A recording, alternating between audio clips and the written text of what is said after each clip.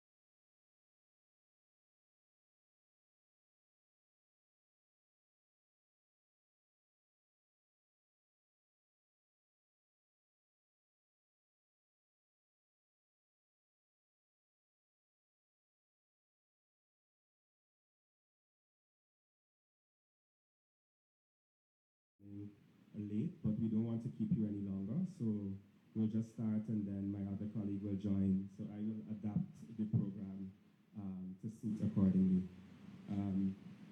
Thank you, ladies and gentlemen of the media, for joining us. Today, Wednesday, May 17th, is the International Day Against Homophobia, Biphobia, and Transphobia, Ida Hobbit. And we are pleased to again this year, on this occasion, to be launching the Guyana Pride Festival with the British High Commissioner to Guyana, Her Excellency Jane Miller, at her official residence, who has been very, very gracious to host us for a second time. I think this is a very opportune time in the lead up, just about 2 weeks to Pride, for us to release the calendar of events. I mean, it's already been known since about February that Pride is June 1 to 11, but the actual activities have been top secret until now. So this is the official release to the media, and by virtue of the media, the general public. We also have our followers watching the live stream on our social media. I believe we're live on the SAS of Guyana, Twitter, and SAS of Guyana YouTube pages, and that is also an archive for media who might want to use the footage in the future. I think at this time I would like to read our prepared statement on behalf of the coalition, which will go into details on Guyana Pride Festival 2023. The Guyana LGBTIQ Coalition is pleased to launch the Guyana Pride Festival 2023 today, May 17th, celebrating the International Day Against Homophobia, Biphobia, and Transphobia, Ida Hobbit, under the global theme, Together Always, Unity in Diversity. The Guyana Pride Festival had its inaugural launch in 2017 and has garnered significant attention and public support over the years. The festival features several events, typically in June annually, where LGBTIQ people, their allies, supporters, participate in visibility, campaigning, and entertainment activities to raise awareness of the struggles and resilience of LGBTIQ people in Guyana and the Caribbean region generally. Guyana Pride, also called 592 Pride, is hosted by the Coalition, which comprises of Guyana Trans United, GTU, Sexualities, Women and Genders, SWAG, and SAS of Guyana. SAS of Guyana is the convener and the secretariat of the Coalition. This year's Pride Festival opens on June 1st and runs until the 11th, with daily events over the period. On Thursday, June 1st, we kick off the festival with an interfaith forum hosted by the head of the Roman Catholic Church in Guyana, Bishop Francis Allen, at the Catholic Life Center on Brick Dam. Then on Friday, June 2nd, there will be a Pride Games night. The following night, Saturday, June 3rd, our Pride party will be held at Magic City Lounge in Newtown, Kitty. And on Sunday, June 4th, we will host the first ever Rainbow Paintball Contest at the Police Sports Club ground, Evelary. This new event has been added to the calendar in partnership with Kendall Extreme Sports, a Guyanese-owned outdoor sports and recreation business. On that same Sunday evening, the Pride Film Night will be held at the Guyana Marriott Hotel. The Marriott is also a new private sector partner supporting this year's Pride Festival. And then on Monday, June 5th, there will be a Pride Mixer at World of Cocktails in Kitty. Following that, on Tuesday, June 6th, the Pride Stage and Mic Night will be held at Flavors Restaurant and Bar in Border, where attendees are invited to take the stage and perform in support of equal rights for all people in Guyana. On Wednesday, June 7th, which also marks SAS of Guyana's 20th anniversary, there will be a Pride Symposium at the Herdmanston Lodge Hotel, which will critically examine the state of LGBTIQ rights in Guyana. And as the festival heads into the weekend, we return to Flavors Restaurant and Bar on Thursday, June 8th for Drag Night, a party promoting and celebrating drag as an art form. On Friday, June 9th, we head to Keisha's Crab Shack in South Ramaville for Pride Karaoke. And then on the afternoon of Saturday, June 10th, the Pride Parade, our festival's most popular event, takes our revelers on a circuitous route around the capital city, starting from Independence Park, popularly known as the Parade Ground, and culminating at the Square of the Revolution. Immediately following the parade, the Pride Parade after party will take place at Cocktails Hotspot in Kingston. That's on High Street, Kingston, next to the Red House, concluding in the early morning hours of Sunday, June 11th. The 2023 festival is being held under the theme Decriminalize Sex Guyana. The theme draws attention to the stain that Guyana is now part of a minority of 6 countries in the Caribbean that still criminalize same-sex intimacy. These laws are a relic of British colonialism and have long been repealed in the Bahamas and struck down by the courts in countries like, in Caribbean territories like Belize, Trinidad and Tobago, Antigua and Barbuda, St. Kitts and Nevis, and most recently, Barbados. The full calendar of events and the individual flyers with all information pertaining to the venues and the times can be found on the social media pages of all the coalition partners starting today after this launch. For us, it would be SASOD Guyana, SASOD Guyana on Facebook, at SASOD Guyana on Instagram and Twitter especially. Thank you very much. I will now invite Her Excellency, the British High Commissioner to Guyana, Jane Miller, to make some brief special remarks.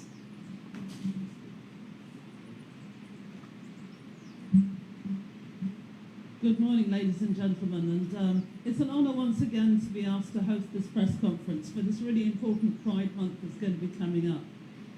So, LGBT rights are human rights, and the UK is committed to championing these rights around the world and supporting the defenders of these rights. The UK will continue to work with partners to encourage tolerance, non-discrimination, and changes in policy, in guidelines and in legislation, and to fight against the spread of misinformation, violence and discrimination. So the UK seeks to find a world where everyone is free to play a full, active and equal part in society without fear, discrimination or stigma, regardless of their sexual orientation, their gender identity, their expression or their sex characteristics. In our view, everyone, everywhere, should be free to love who they love and express themselves without fear of discrimination or violence. And Pride events matter. It's a time to celebrate that diversity. It's a time to recognise that discrimination damages societies and holds back economies. It's a time to stand in solidarity with the LGBTQ community and have some fun. And I'd like to congratulate the team for the activities they've pulled together. I love the diversity, everything from meeting with religious leaders to paintball, to cocktails, to the Pride March. And the UK will be part of it. Thank you very much indeed. Thank you very much, High Commissioner Miller. My colleague, Savannah Williams, co-chairperson of Sexualities, Women and Genders, SWAG, another coalition member, has also joined us. At this point, I think it would be appropriate for Savannah and I to take questions from the media.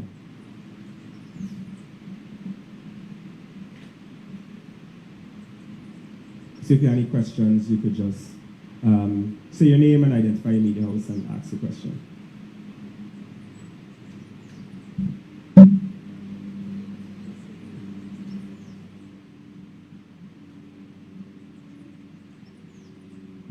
Just hold for the mic so that the live stream picks up the question as well.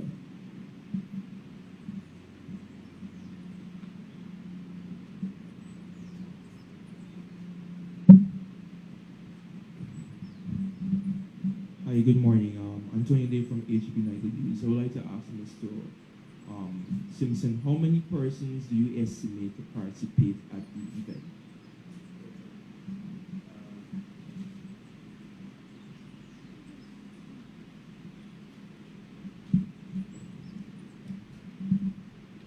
That's always a tricky question because we're very mindful that May, June is the rainy season.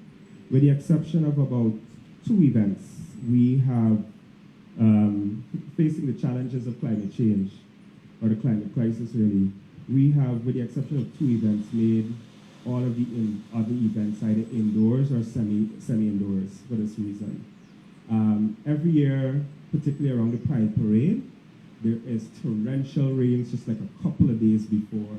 And then on that Saturday itself, it clears up completely. So we're like praying and clenching, fingers and toes every year. Based on past participation, I think a good estimate for the parade would be about 500 persons that we would expect. Good weather prevailing and good circumstances and all. Of course, the other events are very diverse. For this year's festival, we've gone completely back in person. I think last year there were a couple of events that were still virtual. But for just about 2 events, there's a live streaming component. But events are all in person this year, as we are kind of now living in a COVID-19 world. So I know the participation of the other kind of diverse events will depend on venue capacity and things like that. So the parties will of course attract hundreds of people as well. But definitely the event that attracts the widest number of people, and you certainly don't have a cap on it because, the streets are infinite, is the annual Pride Parade.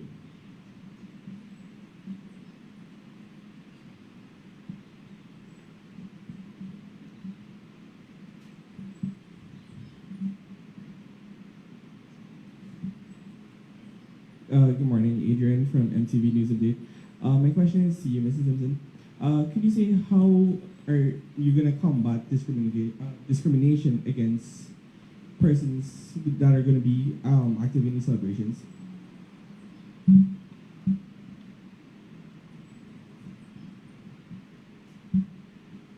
Well, these celebrations themselves, the activities themselves are a celebration of that kind of resilience that people have had and have to build to combat discrimination in their daily lives. But specifically what we're doing, especially for the Pride Parade, we already have our police permission in hand months ago, and our commitment from the police force to our usual police escorts. And that's one of the things that I think engenders a lot of comfort and safety for our community, that we see a great amount of police protection for the parade, more than you see for any other kind of similar activity, parade or march in Georgetown. And that makes people feel very, very comfortable. And I think we're building strong and stronger relationships with the police, especially under its current leadership, Commissioner of Police Hicken.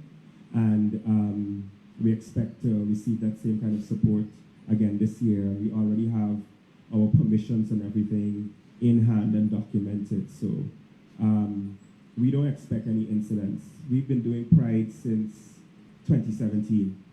And the first year that we did it together as a coalition, we didn't have a parade. We just wanted to have the experience of organizing a Pride festival together. So we have deliberately taken a very incremental approach. We don't want to bite off more than we can chew. Really 3 small organizations that make up this coalition. And in 2018, we had the first parade. Not only was it the first parade in Guyana, it was the very first parade in the English-speaking Caribbean. Shortly after that, in about a couple of weeks, Barbados followed with their first Pride Parade.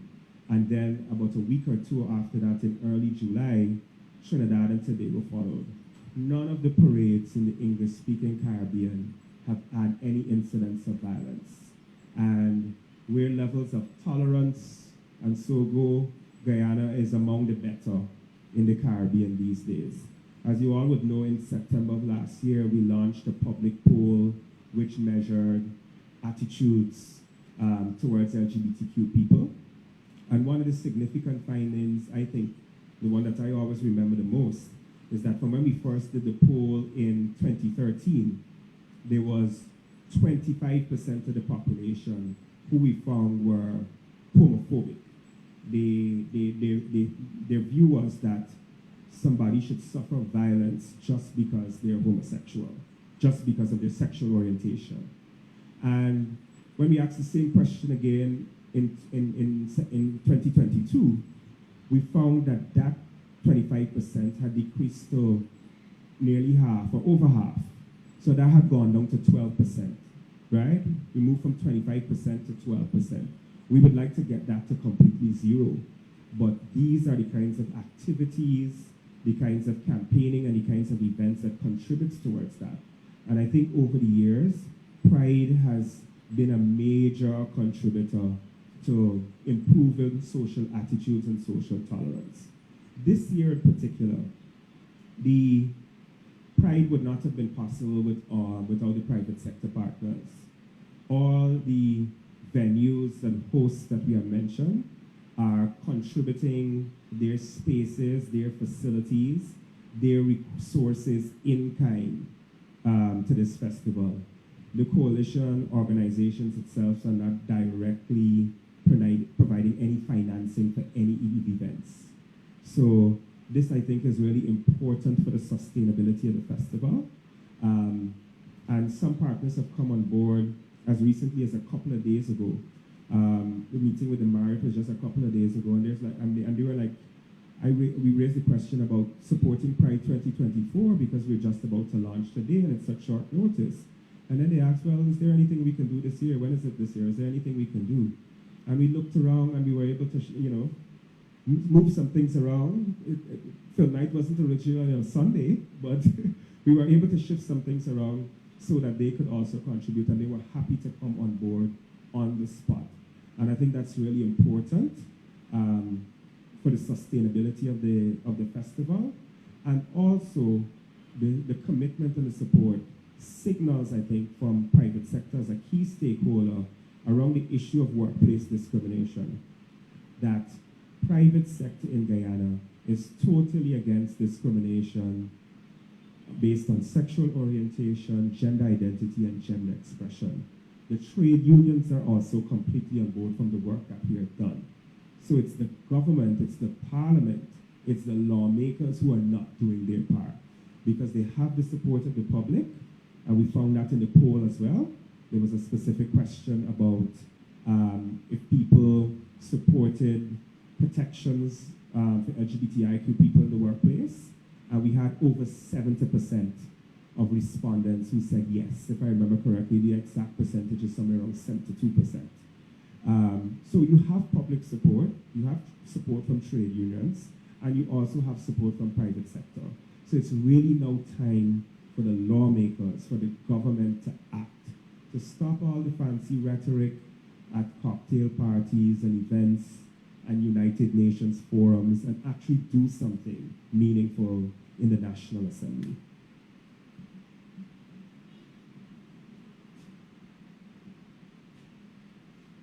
Any other questions?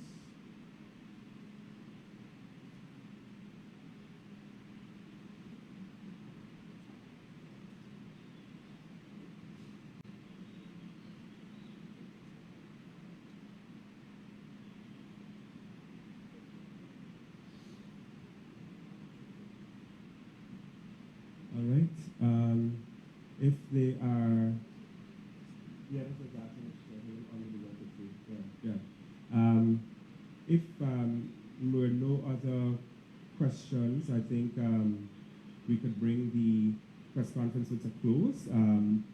I would just reiterate that the full calendar of events and the details of all the activities can be found on our social media pages at SASA Guyana.